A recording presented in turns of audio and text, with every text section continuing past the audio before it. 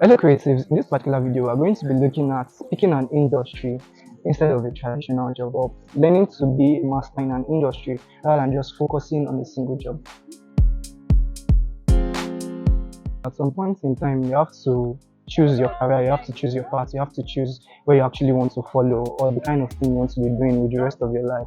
So that is where picking a job and picking an industry, that's where it comes in play. Majorly, a lot of people are concerned about just picking a job that is they are known for one thing. So if it is video editing that they do, they are only known for video editing. If it is just graphic design that they do, they are only known for graphic design. If it is just music production that they do, they are only known for maybe mixing and mastering. But then what we are going to be doing is, why is it important for you to actually pick an industry as a person instead of just relying on a job? Now, based on the situation in this part of the country, let's say those staying in West Africa, Nigeria for instance, you realize that because of the kind of geographical location we are based in, it is very important for you to actually pick an industry instead of a job. Because when you pick a job, if that job is not available, you have to wait for that same job to be available. And then there's also the thing of overpopulation. The older people that we actually have, they are not retiring. So then there is no like room for a new person every single now and then. And now employers actually want to pick people who have multiple skills. So basically, if you're a graphic designer, you have more chances if you are going to be a graphic designer who also knows how to do UI UX design, who also happens to be a video editor, even though we know that that's actually some sort of weird combination. Okay, but then imagine you're going for an interview as a visual designer and then you are just a graphic designer, but then there's somebody else who is not just a general graphic designer, but then the person is also a UI UX designer. You see that the employer is actually going to pick the person with the best skill or with the most skill, because of they know that they are going to get more value from that same person instead of employing two different persons for the same role or for the same job. Okay, so the same thing for every single field. So what you want to do is, if there's any particular field that you are interested in or any particular field that you feel you want to end up in, check for other related skills around that particular industry. So for filmmaking now, you have photography, you have photography editing, you have video editing, you have videography, you have cinematography, you have lightman, you have soundman, you have stage, you have lighting. Like there are just a whole lot of them. There's also audio engineering, there's mixing and mastering, there's sound design, there's assistant production, there's cameraman. There are a lot of them. So imagine that you can actually take your time to learn all of these individual skills one after the other. You'd actually see that would stand more chance in employment than somebody who is just a man of one thing. So in this particular video, you actually get to learn that being multi-talented in this case, because there are skills that you actually own. Being multi-talented is actually better. That is, being a jack of all trades and you're actually a master of all is better than just being a man of one thing, even though it is good.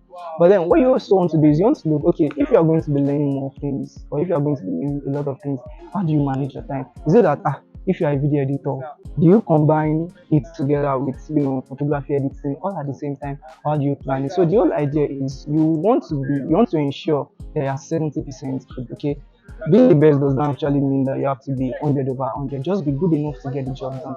What you have to do is, any field that you are in, be good enough to get the job done.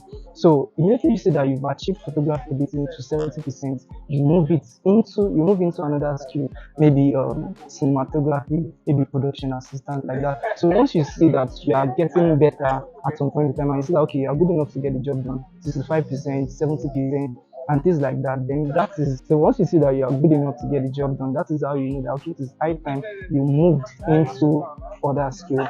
Okay, so that is the essence of picking an industry over a job. In terms of employment, in terms of retaining, you'd actually see that you stand a higher chance, and then your employers will want to lose you. But then if you're actually looking at it in terms of payment, now if you have like 4 roles, if you are doing 4 roles like me now, I do all aspects of filmmaking, I do all aspects of visual design.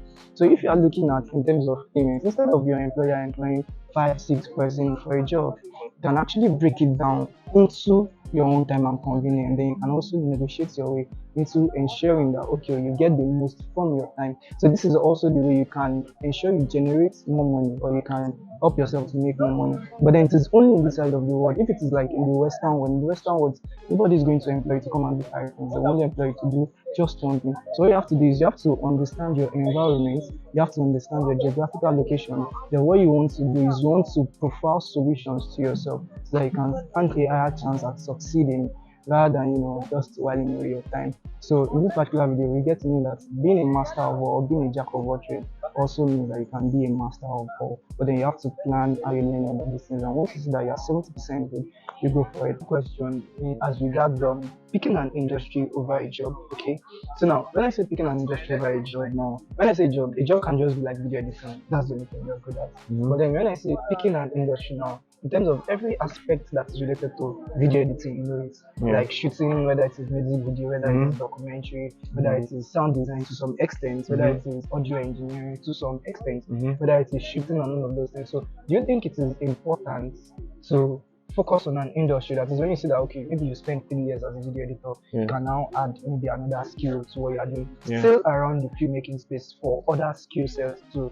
So let's say somebody is a banker, maybe they can decide to learn another software that is related to data analysis or things like that. So what do you feel about that as a whole?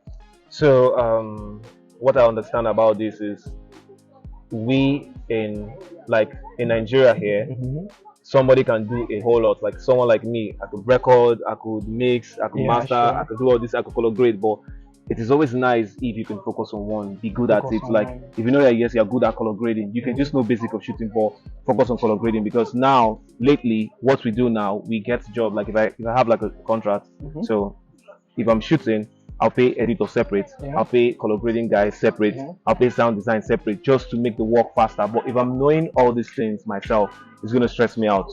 So it's not that I don't have this knowledge, I have this knowledge, but it's just preferable for you to just stick to one that you know you're good at. If you know you're very good at color grading, stick to color grading. They do pay color grading guys huge amount of money depending on the project. So yeah.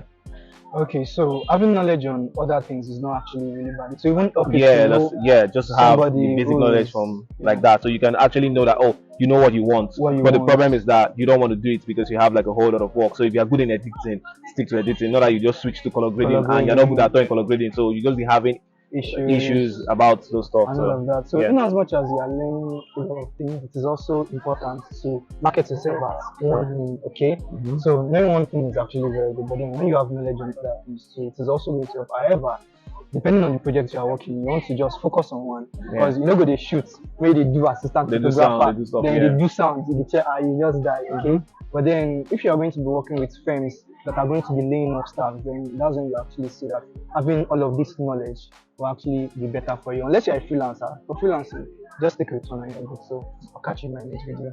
Jackson Babari. All of our guys. Snoop Dogg. You don't die your head, only die in over you never do. No worry. I don't dye my hair pink. What have I not done?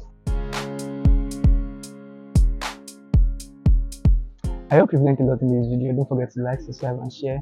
I'll see you in my next one. See ya. Bye bye. Yoda. Oh.